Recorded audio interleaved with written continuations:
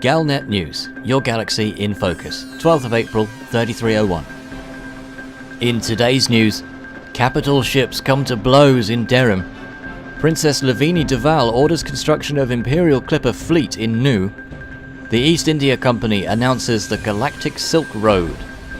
A resurgence in nightclub attendance spurs federal economic growth.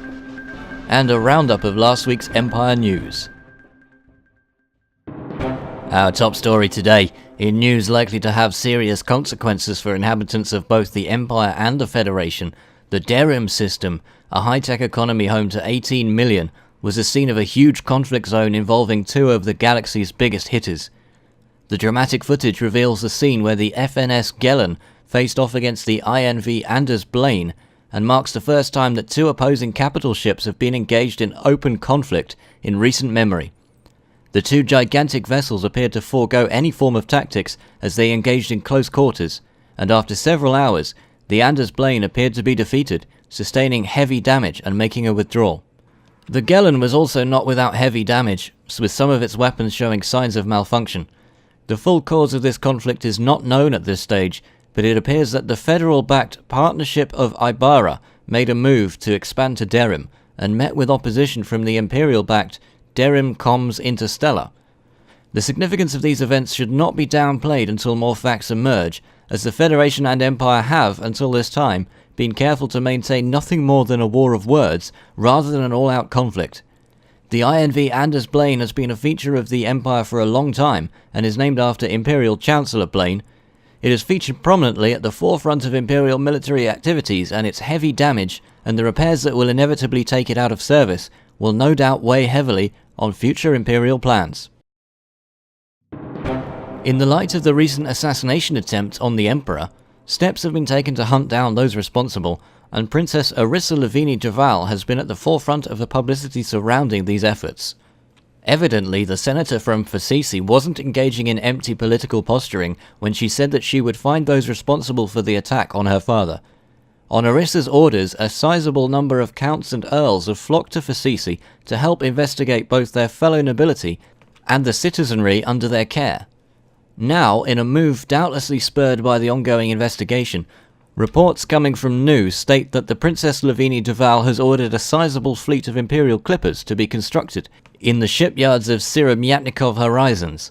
The Senator's office on Facisi has stated that the project will be jointly overseen by the Citizens of Tradition and the Guatemala Corporation. When asked why she felt the need to establish her own personal fleet, the princess had this to say: "There is a venom running through the veins of our great nation, a poison that threatens to consume each and every one of us through our own avarice and spite. This fleet represents a cure. It will be a lance of light that acts to purge the darkness threatening to engulf our homes and corrupt our children. With this fleet, I will reclaim our people's honor, and in doing so, I will bring a true and lasting peace to the streets of the Empire." Galnet sent correspondents to the Nu system to witness the trade ships hauling their vital goods to Syromyatnikov Horizons, and can report that the piracy is rampant in the area, with many seeking some quick booty from the abundance of slow, lightly defended vessels. Efforts are being made to provide these traders with the protection they need to get their task done, and the East India Company, along with a number of other smaller organizations and independent mercenaries, have been patrolling the Nu system in search of suspicious combat vessels. The system is still a hotbed of activity, and traders are warned that if they are looking to make deliveries to Syromyatnikov Horizons, they should seek personal protection or be prepared to defend themselves. In Galactic Trade news, the East India Company, one of the larger Pilots Federation members, recently announced a new initiative they are calling the Galactic Silk Road. This is a public trade route available to all, and features 17 of the most highly profitable stops in civilized space. Although profitable trade routes are nothing new, the East India Company spokesperson in charge of the route, a Commander Bunny, announced that the organization will provide protection to those traders wanting to benefit, and has even gone as far as to say that arrangements have been made with the Federal Navy, Mercs of Mikun, the Merchant Marines, and other factions in order to patrol the route and protect traders. The new route is named after the famous 4,000-mile trade route across Earth's continents of Europe and Asia, first seen over 3,000 years ago, where merchants made large profits trading silk cloth, while the wealth helped the emerging cultures along the route to prosper and develop. In Federation news, reports are coming in from all over the Federation of a resurgence in nightclubs catering to under 40s. Analysts are at a loss to explain why so many federal youths have suddenly decided to abandon their artificial realities in favour of physical content, but the numbers don't lie.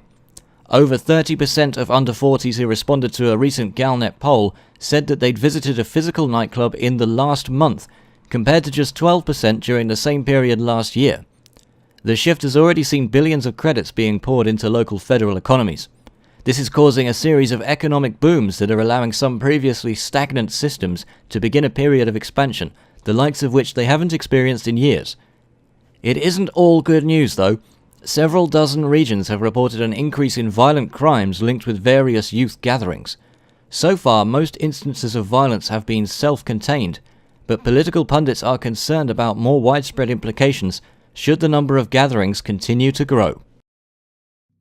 In Empire news, the last week has seen a bustle of activity in Imperial space. Senator Duval went head-to-head with Aisling Duval to prove once and for all that Imperial slavery is here to stay. Aisling's angels did the best they could to support the People's Princess, freeing an astonishing 1.1 million Imperial slaves in the span of just 1 week.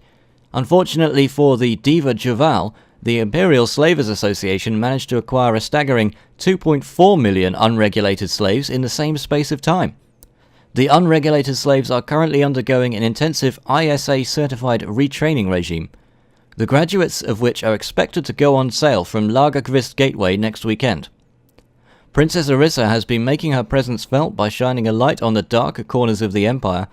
Thousands of criminals have been apprehended by commanders working on behalf of Orissa, although sadly only a handful of them have been able to provide any clues as to who ordered the attack on the Emperor. The Princess will announce what new information has come to light once her Imperial courtiers have finished with their current investigation.